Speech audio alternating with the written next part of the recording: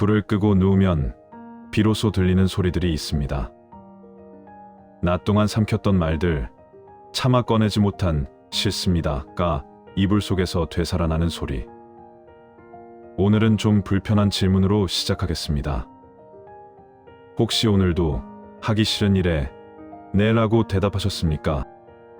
혹시 오늘도 당신의 안색보다 상대의 기분을 먼저 살피셨습니까? 삼킨 말은 사라지지 않습니다.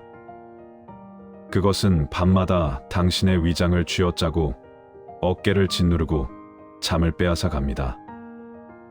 의학은 말합니다. 입으로 하지 못한 아니오를 몸이 대신 앓는다고. 스트레스 호르몬인 코르티솔은 거절을 삼킬 때마다 조금씩 당신의 면역을 갉아먹습니다. 그런데 150년 전 한 철학자는 이런 사람들을 가리켜 이렇게 말했습니다. 그들은 스스로를 선하다고 믿지만 실은 스스로의 노예가 된 것이다.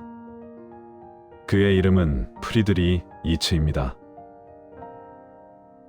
니체는 도덕의 개보학에서 인간의 도덕을 두 가지로 나눕니다.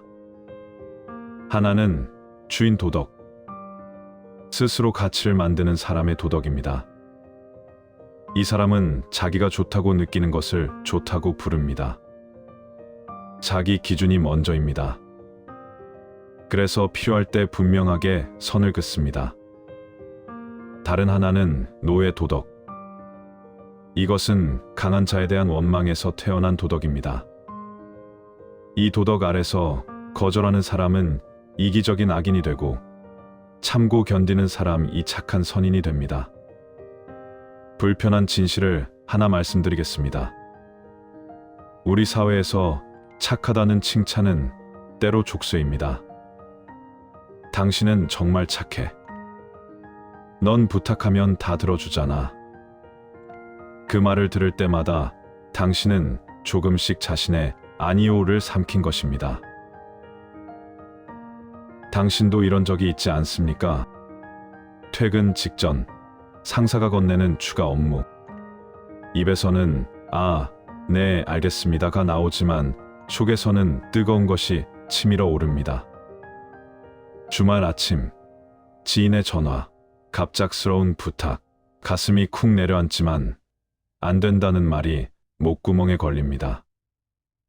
거절하면 관계가 끊어질까봐, 나쁜 사람이 될까봐. 니체는 이 심리의 뿌리를 정확히 짚었습니다. 이것은 원한이라는 감정입니다.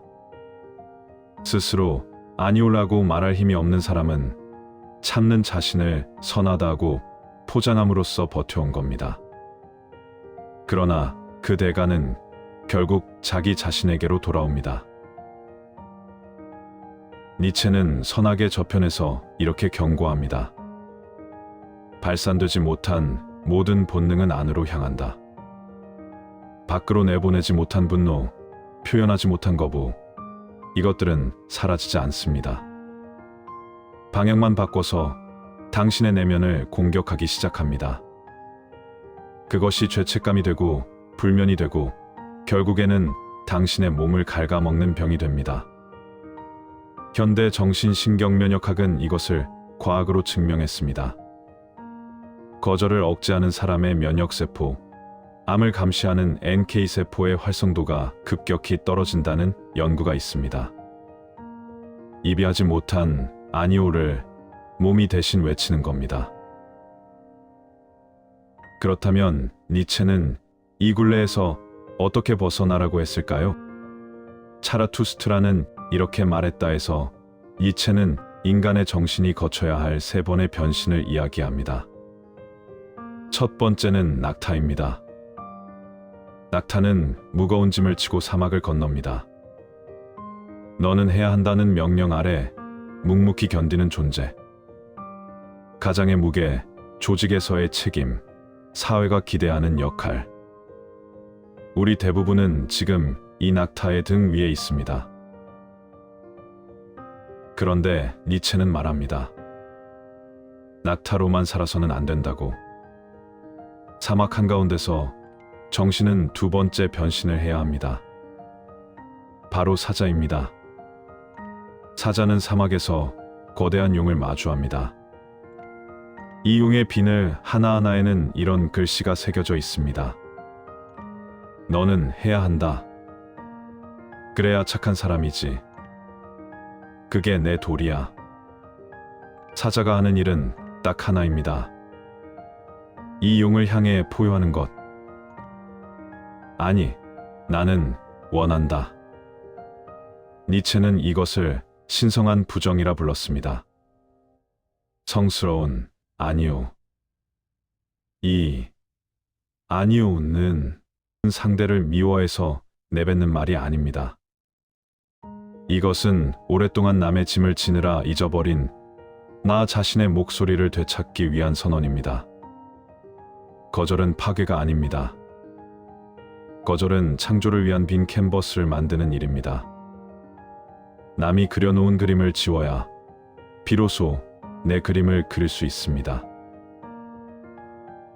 사자 이후에 오는 세 번째 변신이 있습니다.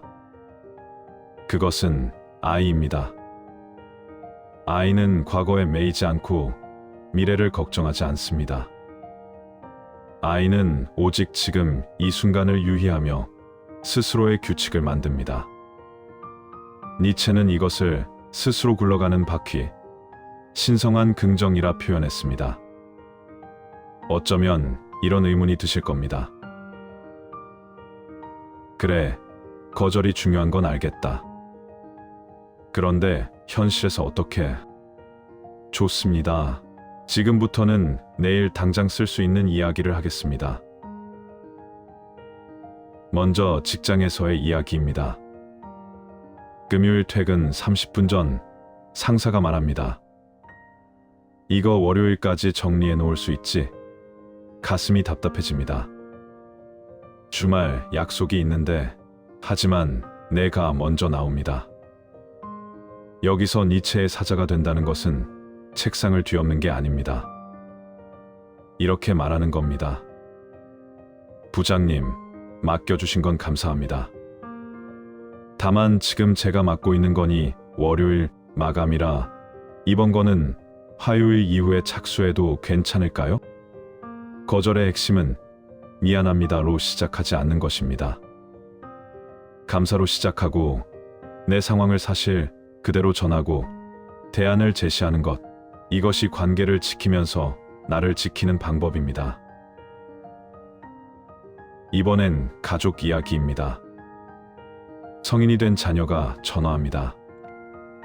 아빠, 이번 달도 좀 보태줘. 가슴 한쪽이 무너집니다. 보태주고 싶습니다. 하지만 한편으론 매번 이러다 내 노후는 어떻게 되나 싶습니다. 여기서 사자의 포효란 이런 것입니다. 내 사정이 어렵다는 거 안다. 아빠도 마음이 아프다. 하지만 이번에는 내가 스스로 방법을 찾아봐라. 아빠가 계속 도와주는 게 너한테도 좋지 않다고 생각한다. 사랑하기 때문에 도와줄 수 없다. 이 한 문장이 니체가 말한 사자의 선언입니다. 이것은 자녀를 버리는 것이 아닙니다. 자녀를 온전한 인격체로 존중하는 가장 높은 형태의 사랑입니다.